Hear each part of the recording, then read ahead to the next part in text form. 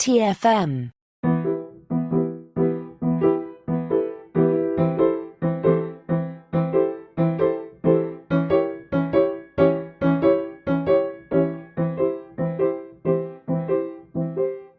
Welcome, stargazers, to another episode of the Artificial Tango, our dedicated Star Trek Picard podcast.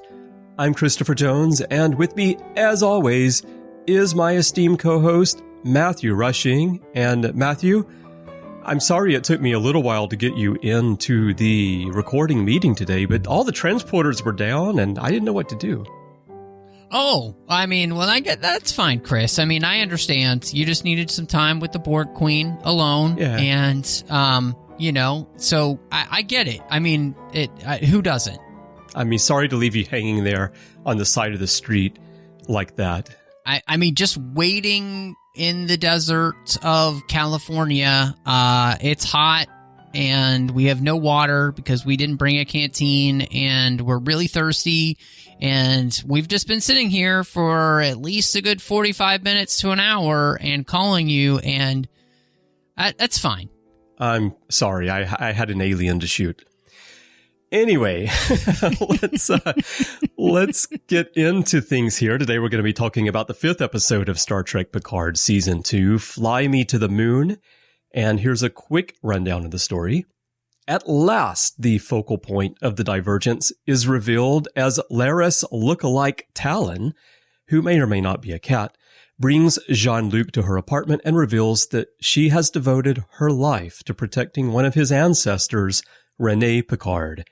When Jean-Luc realizes that Q is trying to talk Renée out of taking part in a pivotal spaceflight, plans are set in motion to make sure that they fly her to the moon.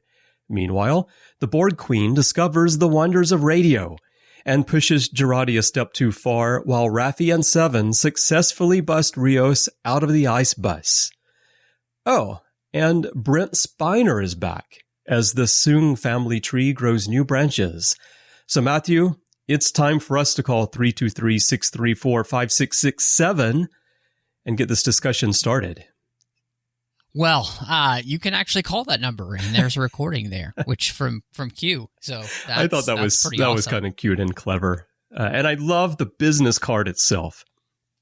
Check your 3D printer.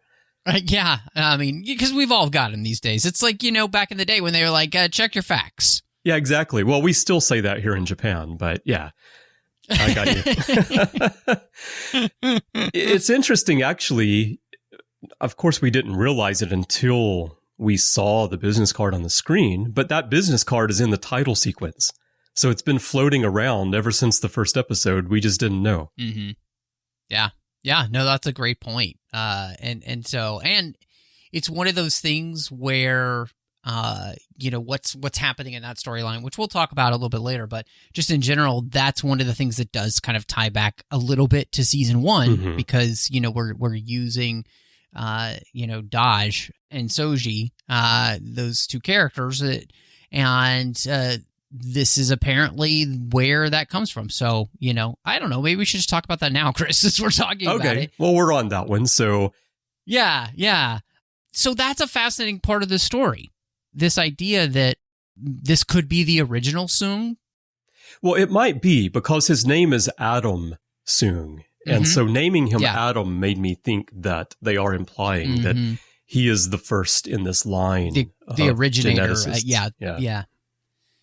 And, I think that's fine. I have no problem with that. Obviously, we set that precedent to an Enterprise doing that as well. And I'm really fascinated in this story because one of the things that I love the way it connects is that Adam Soong is desperate. And desperate people are willing to do anything to fix their problem. And Q here is desperate. But we don't know why yet. Q says, I'll get what you can do for me later. And kind of the why behind that, which I think is fascinating. But Q has this whole thing, like he talks about, he's taken time for granted and it's abandoning him. Yeah. So what is it that is making Q so desperate because of this idea of something's happening to him? Is he dying at this point? finally. It sort of implies that, because he says, Yeah. now she is threatening to abandon me. And the whole idea of Q and the Q themselves is that they are eternal, that they are timeless. And I don't know what this seems I have taken time for granted part might mean, but it does feel like, and this is not connected to him losing his powers when he snaps his fingers in episode before last and nothing happens. And in here he mentions that it seems like I have limitations now. So disconnected from that, the whole arrival at the beginning of the story and setting up this test for Picard, that seems maybe to me connected to the idea that time is threatening to abandon me and he's doing something to try to save himself, and we don't yet know what that is. Right. No, absolutely. And I love this connection with Soong because, you know, again, this desperation that he has and him being a geneticist, it leads to all sorts of questions. You know, I mean, does Renée Picard not going on this mission create the milieu then for Soong's genetic creations in the augmented humans to not have the resistance necessary to kicking them off of Earth so that they'll leave? Ah, that's a good point. And so that's what gives us the galaxy, that a safe galaxy is a human galaxy. And which is a quote from Adam Soong, actually. He's the one who started saying this. And so that's why I think your point, I had started thinking about a similar thing, is really important. That, yeah, maybe they stick around on Earth. That leads to the tyrannical future. Absolutely. And again, what I do also think is great about this is that, you know, the whole thing of the road to hell is paved with good intentions. And his intention is just to save his daughter and other people like her. Right. She has this horrible genetic disease, which she can't go outside. She can't even be near dust in the air because it can cause her respiratory system to collapse.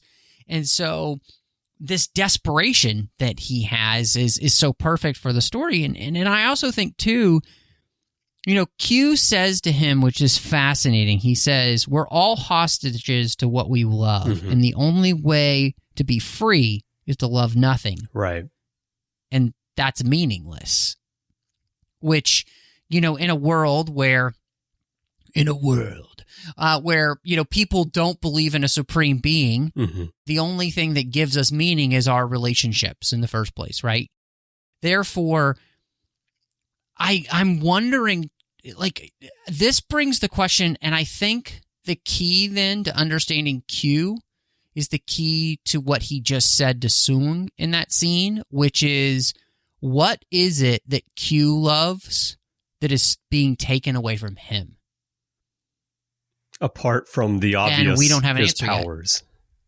But I don't think that's the answer. Is it his power? I mean, but yeah, is it the Q continuum itself is threatened for some reason? That's possible. I mean, I don't know. I mean, what else does Q love more than himself? Yeah, I hadn't thought too much about the Q angle of that comment, but it does make sense. Maybe his very existence is what he loves the most, or his ability to harass people. That could be it. Or I'm not going to be able to meddle in Picard's life anymore. Exactly. Dang you! Exactly. Yeah, I don't know. The Soong part, though, is quite interesting because, like you said, his intentions are good. He's simply trying to save his daughter. But there is that scene where he is explaining to the panel, he's trying to defend what he's doing, and they're telling him that you can't do this. By the way, I love that we have a time travel story, and the chairman of this panel is Leah Thompson from Back to the Future. Yes. And of course she directed fantastic. She directed an episode as well. So she's around with the franchise here now. That was perfection, honestly. But I loved that. But she mentions that you're doing this research with a privatized military organization with former soldiers. And I think that's where maybe it plays in, like Adam Soong's intentions are good. He's trying to save his daughter, but his research will be used by the military to create genetically enhanced soldiers, and then things snowball from there, which leads to the militarization and the tyrannical future and what Picard does in that timeline. I think that's one of the keys that we didn't consider until this episode when the storyline appeared. Right. Yeah. I mean, and you could even have the thing where Renée Picard is possibly, because she stays back, she doesn't go on the trip. She becomes one of the first people to go through this process and becomes one of the quote unquote first augments, of this run. You totally see that kind of thing happening. But I mean, I think you're absolutely right. One of the things that you do see in his conversation with the panel is that he is driven by his desire to save his daughter, but he's also hungry scientifically to see what we can do to perfect humanity. Right, yeah. And, of course, that's obviously what gets us into trouble. And so 100% think all of this is tied together, which is really fun. And, again, it just leads us to question, okay, what is Q's game here? What is it that he's trying to do, and what's driving him to do this? And, Chris, one of the things that we have really talked about with this season that we've liked is the fact that we're really digging into character. And to actually dig into the character of Q in this way, I think is very fascinating because Voyager tries to, I think, in some ways, I don't know, they almost neuter Q in a lot of ways. And I feel like this is a very good deconstruction of Q and what drives him as a character, just as we're doing with all of our other characters in this series. Oh, definitely. Yeah. And so I appreciate that that's what's making this interesting, because it's making us ask questions which we never thought to ask about characters we've been watching for, 30 years now? Well, Q is a character who we never really knew what made him tick or what was driving him, right? He would appear in episodes to create havoc for the crew. And he seemed to get kicks out of it. And there were only rare occasions where there was some other problem, like when he actually had his powers taken away for a while, or there was the Q Civil War. In that case, there was a bit more of a reason for why he needed to be there and needed help. But it wasn't anything like this. It wasn't like delving into the psyche of Q and actually being able to see ourselves and the things that we struggle with in a character who's been portrayed as being omnipotent. So a much more real portrayal of Q is what we're seeing here.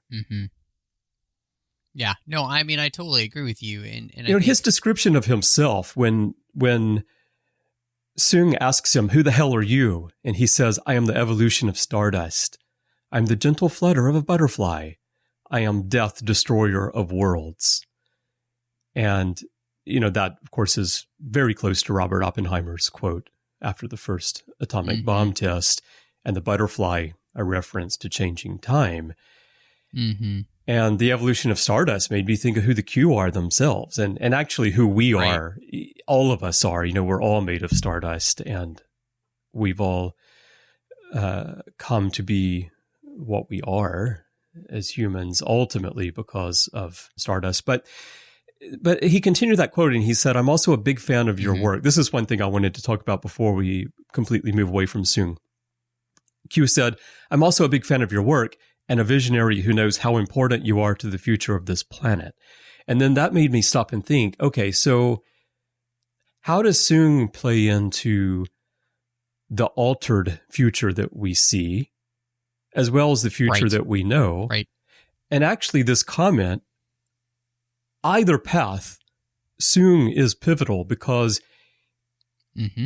if, like you were saying earlier, he and the augments, they never leave Earth, and that carries Earth down this more militaristic future where humans see themselves as superior to every other life form in the galaxy. That leads us to the future that we see right now that they're trying to change. But if he pushes things to the point where humans decide we have to exile these people, he's also very important to the future of the planet because it's that decision to exile them that perhaps allows the more benevolent federation that we see in the future to take shape. So either way, he's important. So I wasn't able from that comment to really decipher how that might play into what Q is trying to do and the role that Soong plays. No, I think that's a great point, but I love that you're kind of pinning it perfectly, which is either way he's important. It's just in the way in which I think the reaction then and the way it's the reaction to Soong and what he's going to do. And I think it comes down to what Renée Picard is going to do, which is she's going to discover sentient life on Io, and that's going to lead humanity, a part of humanity, to reject this idea that a safe galaxy is a human galaxy. Whereas if she doesn't do that, something else is going to trigger humanity to have the reaction where they hold on to that idea, which is great. I mean, and I think it really works. And in the end, I think it's fascinating because in many ways, Q reminds me of the MCU's Loki, right? He starts off as just this mischievous character, and then they continue to kind of unravel him. And this season really, I think, specifically seems to be about kind of peeling back the layers of Q to figure out deep down what makes him tick. And it's a terrible process getting to that point, and I'm wondering, okay, are we going to end up in a place where we kind of land where he's a character that in any way you can find some understanding with, or is he truly going to be unmasked as the ultimate villain, like bigger than the Borg, when it comes to his ultimate plan? So I love that everything right now, episode 5 here, it's open, and I'm still very interested now to see, as we've got the rest of the season now, the second half of the season, where does this go? Because it's like we've set all of this stuff up, and it's like now we can hopefully start to have some of those dominoes fall as we answer some of these questions. Yeah. I feel like he's not going to be unmasked as being the ultimate villain here because I still think, as we've been talking about each episode, the ultimate point of this story is it's internal about Jean-Luc Picard. And as a side to that, I think we're seeing a little bit of that in Q himself. And somehow they both need to go through this sort of, Q called it a penance, but it's more of a trial of internal emotions or identity or coming to terms with oneself. Something along those lines is playing out, and it's primarily Picard, and then it's also playing out in the other characters, including Q. The Io thing, I'm glad you transitioned to that because I was about to as well. Because the line, it happens so quickly in the conversation, and Jean-Luc just says, we just know that Renée found this life form, this microorganism on Io that she thought was sentient, and she convinced the mission commander to bring it back to Earth. And then they go on with the story. And so the first time I watched, it took me a second to catch what was happening, what he was saying. And then the second time I caught, okay, so on Io, she finds this and she brings it back. And then the more I thought about it, I came to the same conclusion that you did, that discovery somehow prevents Adam Soong's research from dominating human thought. Like, that's the pivotal moment. And so she has to go on this space flight. Now, Q clearly does not want her to go on this space flight. He is even asking Soong to help him get rid of her because he can no longer do it himself by just snapping his fingers. Which, I mean, I thought was interesting. I had no idea it was actually going to be right. Yeah, you were right about what we discussed about the girl with the book in the plaza. Yeah, exactly. But, you know, what I thought was brilliant here with this whole idea of Renée Picard, and what's great at this is that Picard has referenced the Picards who were famous in his lineage. Right. And he has talked about this idea that Picards were pivotal in many parts of the human experience, human history, especially in terms of space travel. And so to come to this, I think, was great because we're really picking up on, you know, that part of generations and using that as a story element here, which is phenomenal. But one of the things that I was really fascinating in, and this is just kind of about that way in which Renée relates to Picard, and I think the way in which the storyline between Picard and his mother and the experience that, you know, that family had there does seem to be a thread of melancholy that runs through this family.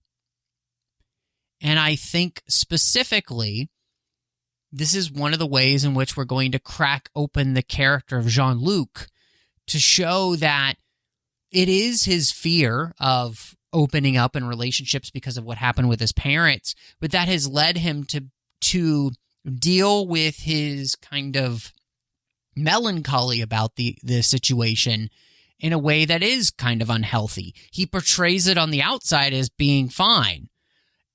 But we heard, you know, I think Agnes rightly get on to him just an episode ago about the idea that you pretend like you have feelings so that nobody questions that you're not really having feelings or deep feelings the way you should. And so phenomenal, I think, that the introduction of this character and what she's struggling with has a reflection on the Picard we all know the most. Yeah. True, exactly. While we're talking about Renée, as I said, your prediction in the plaza was spot on. That was her. And she is the pivotal figure here, although we still don't know exactly in what way, other than Q does not want her to go on the mission. So probably, I'm still thinking this discovery of the microorganism is going to be the key, especially now that the Soong story has been introduced. Let's talk about the supervisor a little bit, because that is what we thought. She is Agnes. She is from Gary Seven's organization. And she's not Laris. So having her look like Laris, however, I think is key to the Picard aspect, the Jean-Luc aspect of the story, in particular because they give us that just momentary flashback to the scenes in Stargazer where he's actually sitting outside drinking wine with Laris. And they don't go any further with it right here, but it feels like something that's going to come up here and there. And there is dialogue later in the episode where it's Raffi, right, who's saying, you know, she looks just like, doesn't that bother you? He's like, yes, it does. Is weird for me. And so having her look like Laris, I think, is key to the story. But I love that they're digging in and they're pulling this one element from the original series with Gary Seven and what these supervisors do. And they're making that another part of the Star Trek story. And we also, at least if I think back to when I was growing up and watching the original series and seeing Assignment Earth, you kind of feel like Gary Seven's a time traveler. But Tallinn here says she hates time travelers, which doesn't mean she's not a time traveler herself, but she doesn't like people jumping around through time. But it doesn't seem like these supervisors just appear at a certain point in time when they need to. Like they set up their lives there and they stay in this one place. She's been protecting Renée for 24 years, they say. I thought that this was very interesting, obviously, about Tallinn, the idea that she's basically a guardian angel, a time-traveling guardian angel. And well, that's what Guinan calls them in the previous episode, right? They think of themselves as guardian angels, right? Mm-hmm. Yes. And she even talks about the idea that, they are there to guard the grand tapestry of history and even a single thread, which all comes back down to the idea of the story of tapestry in TNG. Yeah. That the idea of what we understand, that if you pull one thread, that's what we learned in that episode. You pull one thread, you can completely screw all of history, which is exactly what Q is doing, isn't he? He is pulling one thread, and that is going to irrevocably change all of human history for the worse, at least from our perspective, right? Galactic history, you could say. Well, not just human you're right. History. Absolutely. Yeah. 100%. No, you're 100% right to call that out. And so I think, that is something that's really fascinating. And then what's also interesting is that she has no idea who Q is. Yeah, that was interesting. Yeah. Which is somewhat strange that this organization, this organization could, I guess, but she might not. Yeah, but that they would have no probable understanding of the idea of the Q. Yeah. So that's really interesting to me. Yeah, that was. But it is probable that the organization knows who the Q are and they don't necessarily share that information. I don't know why they wouldn't share that information, but it is plausible that it is like a need-to-know basis or something like that. I don't know. I think absolutely. I think more so it just works for the story. Like if she knew who Q was, the overall story would be a lot weaker. So it's one of those elements where, it's like the transporters being down, right? It's one of those elements where you need it to work for the story. And therefore it's that case. Anyway, I like this aspect of the story. Well, and I think it's, you rightly pointed out, looking back through Star Trek history to pull out story elements and threads that you haven't really used yet for your benefit. Isn't that exactly what Deep Space Nine did so well? Yeah. That's what we always praise that show for, is taking threads that you yourself had placed out there. Yeah. Or taking threads that other Star Trek series had placed out there and picking those up and running with them. And so I think that's phenomenal that they would do that, because that's exactly what you're honoring the past and creating something new all at the same time. And that's exactly what we want. Yeah. Well, that's the key, is that you find those elements and you pull those threads and you make it work for your story, but you do it in a way where it's pivotal to your story and it's building on the past and you're creating something new. You're adding texture through the use of this past element, as opposed to winking at the past or throwing it in as a reference to try to show how much research that you have done on past Star Trek and just throwing stuff in as fan service, basically. Like, hey, we remember that there's this alien and that there's this thing that happened, because we get a lot of that in Star Trek. But here it feels like they're finding more obscure things. Now, Gary Seven's not obscure. It was an entire episode about it, but it was never revisited on screen. So it was a one-time thing. But I think the things you point out more about Picard's ancestors and the melancholy and these little elements, I think are key. And things like, we didn't talk about it when we were talking about Soong, but I love the way they very subtly in this episode explain the first season of Picard and why Data painted that picture of daughter. He called it daughter, and it wasn't Law. It turned out to look like Daj and Soji and now Kore.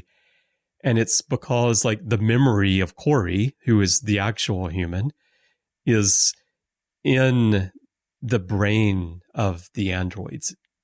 And like Data remembers that image and probably didn't really think much about it. He just painted it and he named it daughter. And now we know why. Right. So that type of subtle little connection also, I think that they're doing a nice job of. No, I 100% agree with you. I think that's this is the kind of thing that you want. Mm-hmm.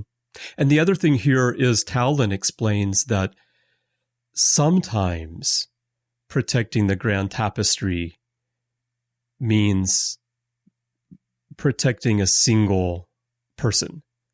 And I thought that was important for them to point out because Gary Seven was checking in on 2 agents who were missing.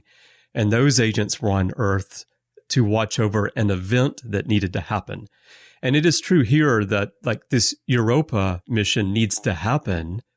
But actually, I don't know if the Europa mission itself is so pivotal. What's pivotal is that Renée Picard is on the mission. And so there is a difference here between what Tallinn is doing and what Gary Seven was doing.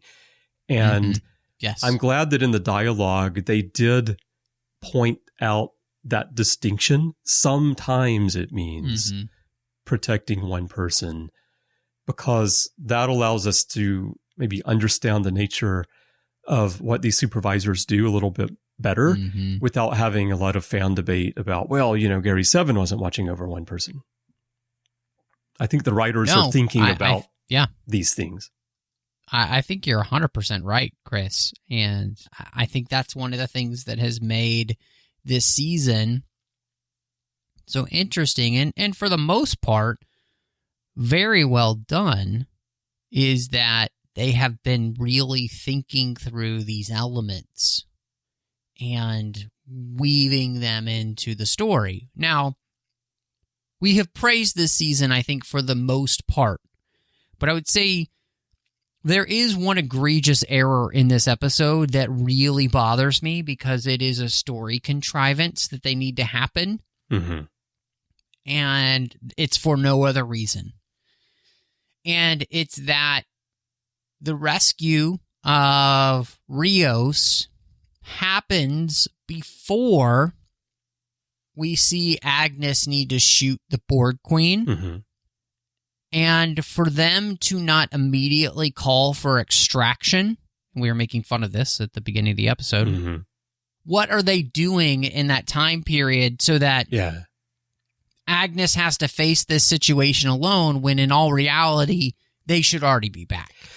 Yeah, the time doesn't quite line up there because they are rescuing Rios from the bus at the same time that it appears that Agnes is sleeping and the Borg Queen is discovering the wonders of primitive radio.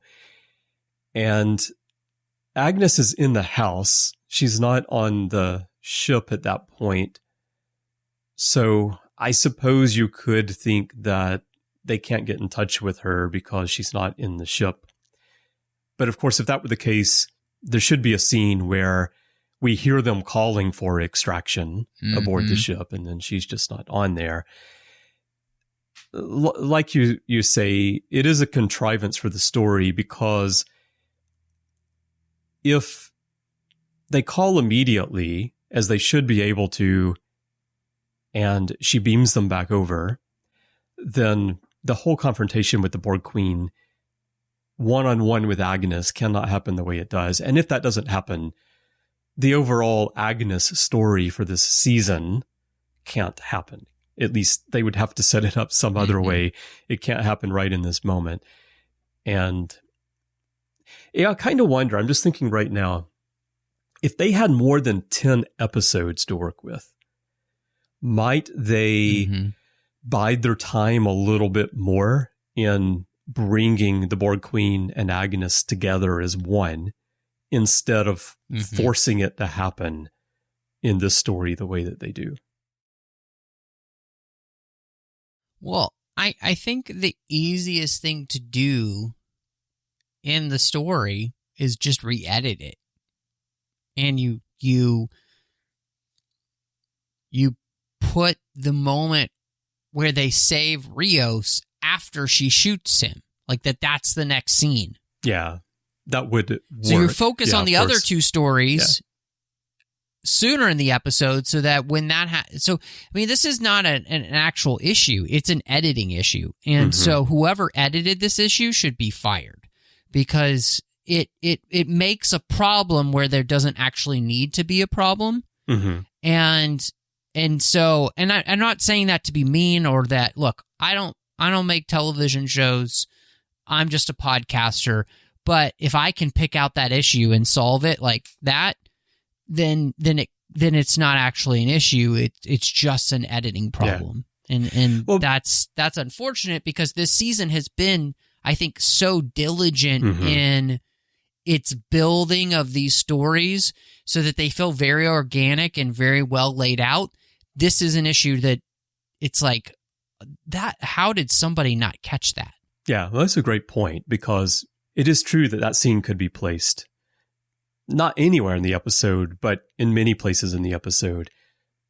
And it could have just come after the shot, because we see the shot, and so she shoots the Borg Queen, and then when she beams them in, she already has the blood all over her. Yeah, I have to think a little bit about it, but yeah, it could be re-edited in a way that makes it flow a little bit better, so that it doesn't feel like a story contrivance. And you could still save the surprise of the missing scene of what happens, after she, you can still do all that. It literally is just about focusing, instead of, you just kind of shift scenes around so that the Agnes storyline kind of comes in a little bit later in the episode instead of the beginning. And then, that way it makes more sense. Let me ask you about that scene that we see later, where we actually see the exchange between the Queen and Jurati. How did you feel about that? Did you feel like that was over-explaining a little bit? Like, for me, I can accept that the Borg Queen and Agnes, like the Borg Queen is living on in Agnes's mind without such an on-the-nose explanation. Like, I almost felt like a naivety in Agnes in that scene. Why is she standing there entranced by the Borg Queen, allowing this verbal exchange to continue, and then letting the Borg Queen touch her in that way? That felt it was a little bit much.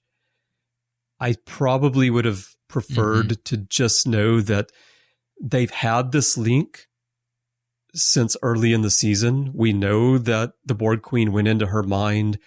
They obviously have some sort of connection. And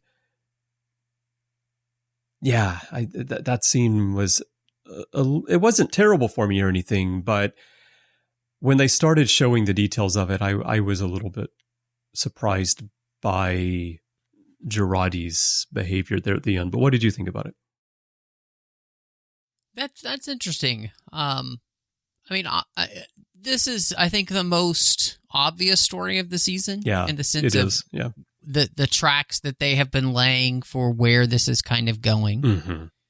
And I didn't have an issue with them because I thought the way they did it was relatively well done in the sense that Agnes is being drawn to the Borg Queen. Yeah, that's true. To try and almost alleviate the pain because of the pain that she herself is feeling, because they now have this link to which, you know, we as an audience member don't understand that this is a thing until the moment the Borg Queen says it, because this is all new as to what's happened in the episode. Right. Well, Jurati does start acting a bit odd, and she's like, what's happening? So you can tell that she's feeling pain as well as a result of shooting the Borg Queen. So in that sense, yeah, the scene works to show that connection. But it's a connection that I already knew was there. Well, I would say, and maybe I'm just an idiot, which is a total possibility. Got an episode title, I didn't Matthew. realize that. Yeah, I'm just an idiot. It's fine. It's true. I didn't realize how deep their connection was in the sense that the Borg Queen had left a piece of herself in Agnes. The depth to which that goes to. Yeah. And I mean, so you knew think she had left a piece of herself. You just didn't realize how deeply how that would work out. Her, exactly. right? And all that. So, you know, I think all of that works. And what was most interesting about it is that I was thinking to myself as I was watching the scene just for the first viewing, and then even again in the second viewing, your idea, you know, I got right about Renée Picard, but I think your idea holds even more weight now, which is that the Borg Queen that comes through the rift is actually Agnes. Yeah, I'm quite sure it is. Yeah. So, and I think that makes even more sense now. And what's interesting about that is how that could, the ramifications of it. And what that could mean for the Borg-human relationship and the Borg relationship with the rest of the galaxy moving forward. Yeah. I'm curious if they're going to go into that this season or next season, because it's possible that the end game of this storyline is simply, as I mentioned last time, to create some sort of cyclical nature for this story, that the Borg ship coming through the rift with the mysterious Borg Queen, who is actually Agnes, and the voices calling out for help, which I think is humanity, or it could be the galaxy, like other aliens from the galaxy who are crying out for help, for protection against humans, as they have turned out in this timeline. That's the end game, so that it sends them back in time so that they can then fix things. And that's one of the tricky things about time travel is if you go back in time and you fix something, is it really fixed? Does the cycle not just keep repeating? Is this where you get into the multiverse theory where, you know, it splits and this thing keeps going? It's very confusing. Well, and as Janeway would say, it gives you a headache if you think about it. But so I don't know if they're going to delve into this thing that you're talking about between Borg human relations, but it would, I think, make for an interesting storyline.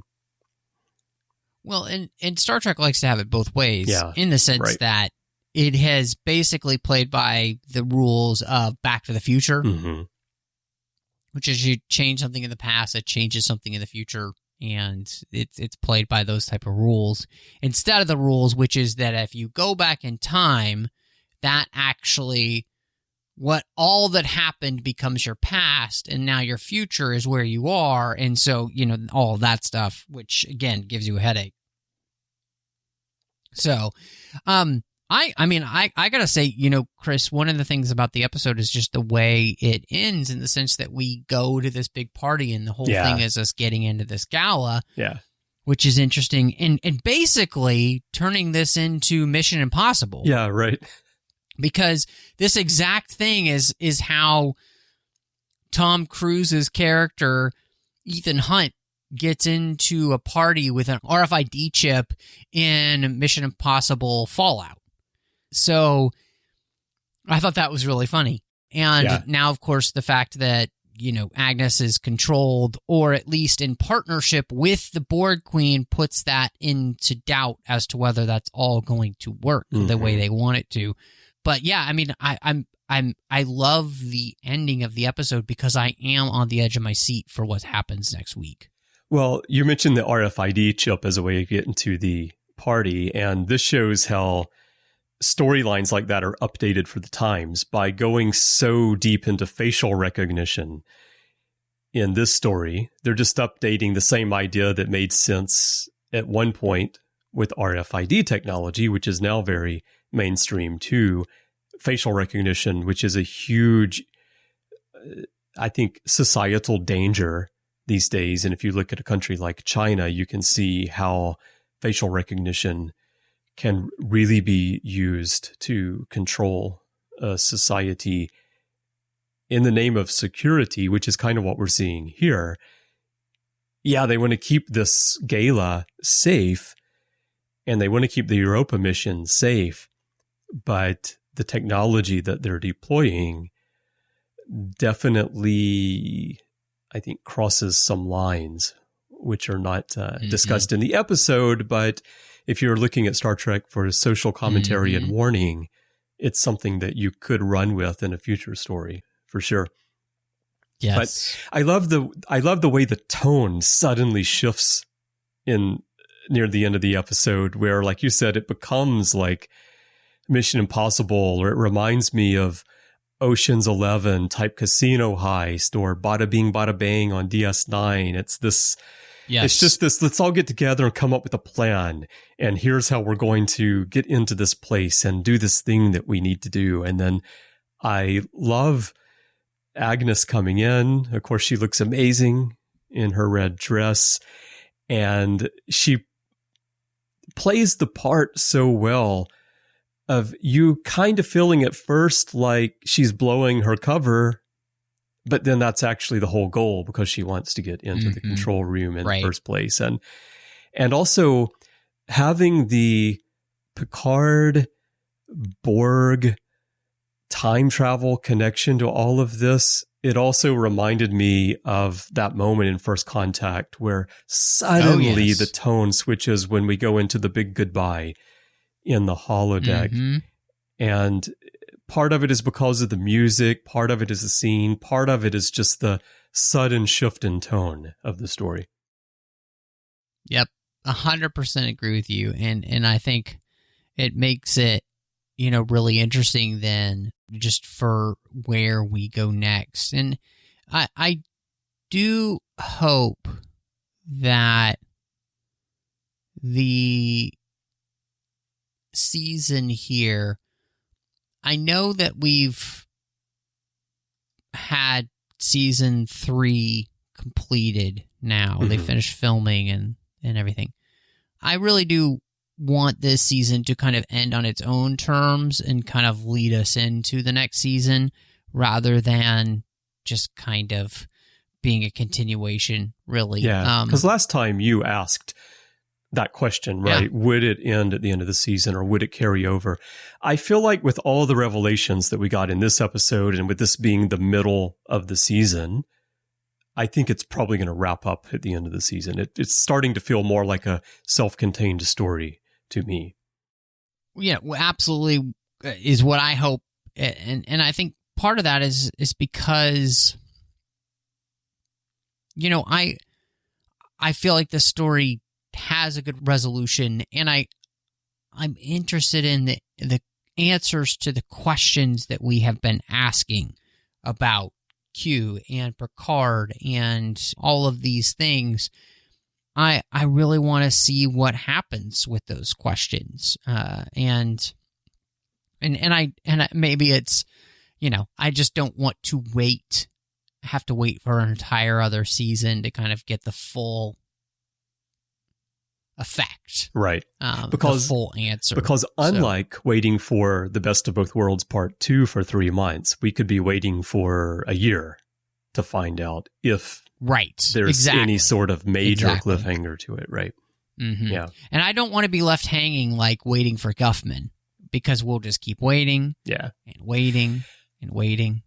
Well, and I don't want to keep waiting to find out if Alf made it home or not at the end. And no, people, don't send me tweets or emails telling me that there's a movie called Project Alf, because I know that, and it's an abomination. The Tanners aren't even in it. So anyway, I can picture this season ending with them, of course, repairing the damage that Q has done, and with it ending back at the chateau with Picard and Laris drinking wine together, as we saw at the beginning. Yeah. I can see it wrapping up that way. I would love that. Or them, him asking her out on a date. Well, that might happen as they're sitting there, drinking wine. And then the third season is just all about their date. That's the whole season. It's like 10 episodes of their date. Yeah.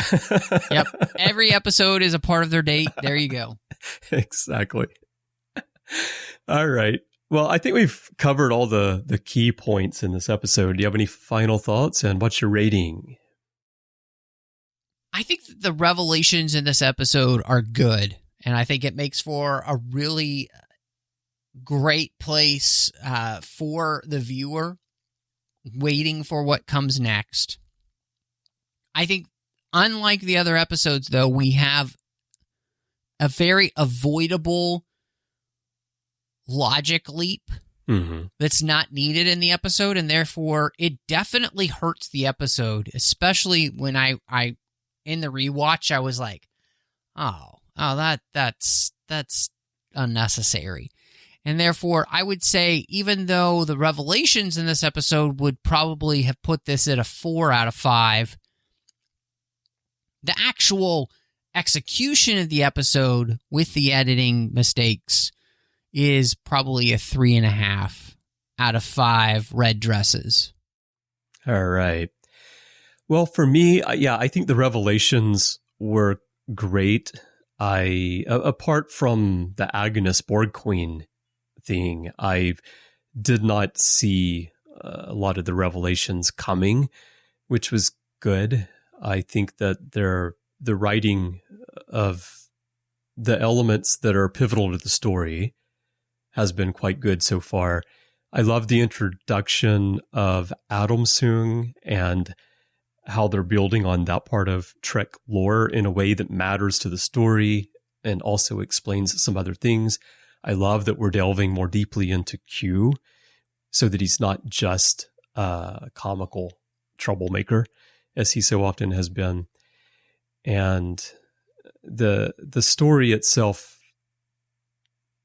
I think one thing that I'm enjoying is the setting of it being on Earth in 2024, which is something that when they first gave us a glimpse of what the season was going to be about, I kind of rolled my eyes at, because I thought, we're going to go back, time travel again, 2024. But actually, I think they've built a nice framework for themselves to tell a story that's a bit different. And I think different is the key, because I saw someone who I know mention that they're having trouble getting into this season, but they don't know why. Like, they notice that other people are saying that it's a really great season and they're just not feeling it. And then I saw someone else who replied to that and said, maybe because it's all been done before. And I thought that's kind of a throwaway response, because yes, this has been done before. Matthew, you and I talked about how, in a sense, it is a grab bag of Star Trek's greatest hits. But the way that they're putting those pieces together to support a story that's a lot deeper than just throwing together aspects of Star Trek that people have loved in the past is what makes this season great so far. So that's why I'm really enjoying it. And the thing about the editing and the order of the Rios rescue and Jurati shooting the Borg Queen, as you point all of that out, I completely agree. Yeah, that should be re-edited. Watching it, I didn't pay so much attention to it myself. And so I think that that might be one reason it got overlooked, is that maybe people are focusing more on the other elements of the story and just kind of overlooking that. And that kind of thing does happen quite often in Star Trek. But of course, as a creative myself and as an editor, I do wish someone had picked up on that and said, maybe we should flip this around, because it would have made the story better. But in the end, I'm going to give this episode 8 future changing microorganisms. Nice. Well, Chris, I do want to comment on what you said, because, I mean, for me, it was a huge thing coming into this season.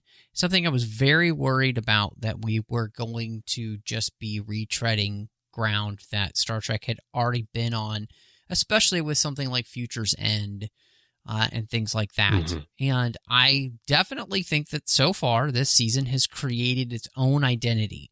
Yes, we're using some familiar things from Star Trek, like I thought was a grown moment with the guy on the bus. But the rest of this has definitely been very much its own thing. And I think that's the part that's made it a good season, is that it has not felt like a retread in most areas, which is fantastic. Yeah, exactly. So hopefully that will continue. And part of that is what we've been talking about, which is that we are using this as an opportunity to dissect and deconstruct characters in a way that we've just never done before, and characters that which we've known for so long. So it makes it a worthwhile journey.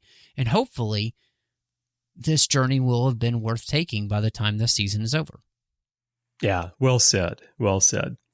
And everyone, we would love to hear your thoughts on that and this episode and everything that we've been talking about. And there are many ways for you to do that. Perhaps the best way is to go to the Babel Conference. That is our closed listeners group on Facebook. If you're not yet a member, just type Babel, B-A-B-E-L, into the search field, and it should come right on up. If not, type the whole name. As I said, it is a closed group for listeners to discuss the topics that we talk about on our podcasts as a carryover. And so please answer the questions and agree to the rules of the forum so that I can let you in. And then once you're in there, you'll see a post for this episode, and you can add your comments and join in the conversation with fellow listeners and Matthew and me right there. You can also send us email. Go to our website, trek.fm/contact. Use the form you find there. Choose to send to a show and choose the Artificial Tango, and that'll come to us by email. You can also find us in social media on Twitter, Instagram, everywhere. Our username is TrekFM. And lastly, if your podcast app of choice allows you to leave ratings and reviews, we would love to get that from you as well. It helps others learn about and find the show. So thank you for everyone who's done that. And we would love to hear from you if you haven't. Now, Matthew, when you're not in the cutting room, re-editing this episode to make sure that everything flows just right, where can people find you? Well, you can find me on Twitter at or Instagram, Letterboxd, Vero, under the name MattRushing02, and I'm sure people of all ilks would probably like to yell at me. So that's exactly what social media is for, so enjoy it. You can also find me here on the network. We have an entire other side of the network not devoted to Star Trek, but all of the other fandoms we love. It's called the 602 Club. We'd love to have you join us over there listening to that, as well as there's a couple of bonus shows in the same feed where we've got some more focused topics like Snyder Cuts or Assembling Avengers. And then here on the network, you can also find me doing Warp 5, Literary Treks, and The Orb. Now, Warp 5, Chris, you and I, we walk through all of the episodes right now of Star Trek Enterprise, celebrating 20 years of that show. Of course, you could find me as well with Literary Treks and talking about the books and the comics of Star Trek there. And then The Orb, we talk about Star Trek Deep Space Nine, Chris, which we love doing and hope people will enjoy checking that out. And then last but not least, I'm over on the Nerd Party Network with 2 shows. One is called Owl Post. That's a completed show. It is all about Harry Potter, as Drea Kaufman and I discussed every single chapter of that series, one chapter at a time. And then my good friend John DeMills and I are on a show called Aggressive Negotiations as we talk about Star Wars every week. Now, Chris, when you're not dancing the night away here with the Artificial Tango, where can people find you? Yeah, I'll just be sneaking into that cool party for the Europa mission because I hear they have the best champagne there and great music as well. It's real good. When I'm not doing that, you can find me elsewhere on the network here. As you mentioned, talking DS9 with you on the Orb, Enterprise on Warp 5. I have Interphase, which is a Star Trek Universe podcast, and Larry Nemechek and I do the Ready Room from time to time. And then I'm working on behind-the-scenes things as well. If you'd like to chat with me about Star Trek or Japan or whatever you'd like to talk about, you can find me on Twitter. My username is CBryanJones, letter C and Bryan with a Y. That is my username everywhere in social media, but Twitter is where I am most active, and I'd love to hear from you. If you'd like to help us keep this show and everything that we're doing on the network going, we could definitely use your help. If you'd like to find out how to support the network, how to get involved in the network, go to patreon.com/TrekFM. That's patreon.com/TrekFM to find out how. You can become an associate producer, for example, of this show, just like Cornelia Rutner. So Cornelia, thank you so much for supporting the Artificial Tango, and thank you to everyone who is supporting us through Patreon right now. We could not keep this going without your help. Thank you so much for everything. Well, Matthew, I can't wait to see where the story goes next. And a week from now, we'll be doing the Artificial Tango together once again. Chris, make it so.